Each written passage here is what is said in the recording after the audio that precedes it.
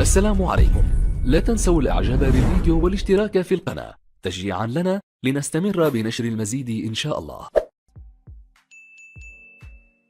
استقر مارسيل كولر المدير الفني للأهلي على إجراء تعديلات على تشكيل الفريق الأحمر في مباراة القمة القادمة أمام الزمالك عن آخر تشكيل للأهلي أمام الإسماعيلي في الجولة 14 من عمر الدوري، وإعادة بعض اللاعبين للتشكيل الأساسي.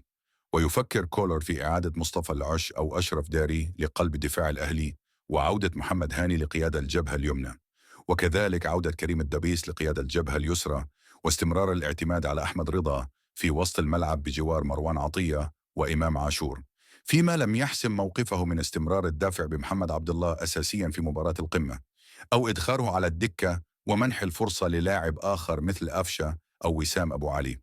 وطلب السويسري مارسيل كولر المدير الفني للنادي الأهلي من جهازه المعاون تقريرا عن الصفقات التي أبرمها نادي الزمالك في فترة الانتقالات الشتوية الماضية قبل مواجهة الزمالك المقبلة بالدوري المصري.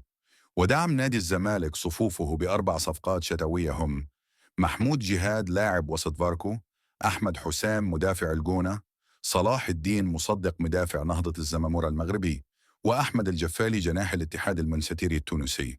وفاز الأهلي على الإسماعيلي برباعية دون رد في الجولة الأخيرة لمسابقة الدوري المصري، فيما تعادل الزمالك مع بتروجيت بهدف لكل فريق في نفس الجولة.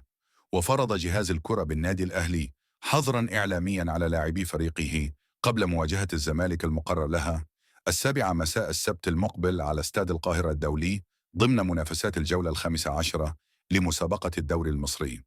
وطالب الجهاز الفني لاعبيه بالابتعاد عن وسائل الإعلام طوال الفترة المقبلة لحين عبور مباراة القمة التي تحظى بأهمية خاصة داخل القلعة الحمراء، لا سيما أن نتيجتها مؤثرة في تحديد بطل الدوري هذا الموسم.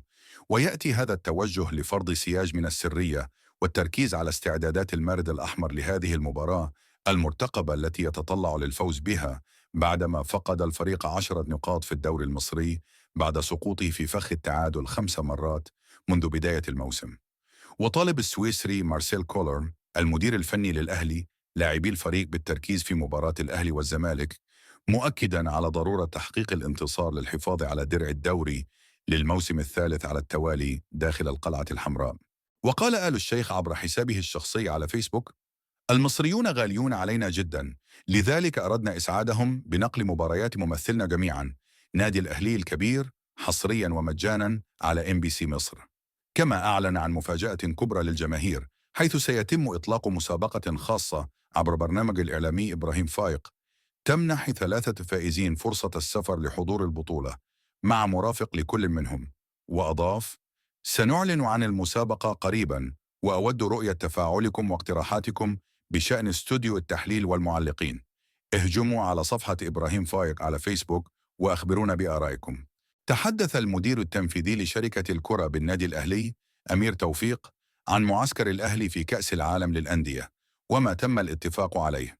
وقال أمير توفيق في تصريحات تلفزيونية عبر برنامج حارس الأهلي: هناك أموال ستدخل إلى النادي الأهلي بشكل جيد، والمتحدة هي الجهة المسؤولة عن المباراة الودية وتنظيمها. وأضاف: تم التنسيق الكامل بين الكابتن محمود الخطيب والمدير الفني للفريق بشأن كل ما يخص المعسكر وموعده وما سيتم خلاله، وسوف يتم الإعلان عن الفريق الذي سنواجهه قريبا. وتابع: حصلنا على مبلغ مالي كبير جدا، وهذا أمر مفيد لنا، والمتحدة شركاء معنا، حيث قدموا عرضا جيدا، كما تعاقدنا مع راع جديد وتم الإعلان عنه.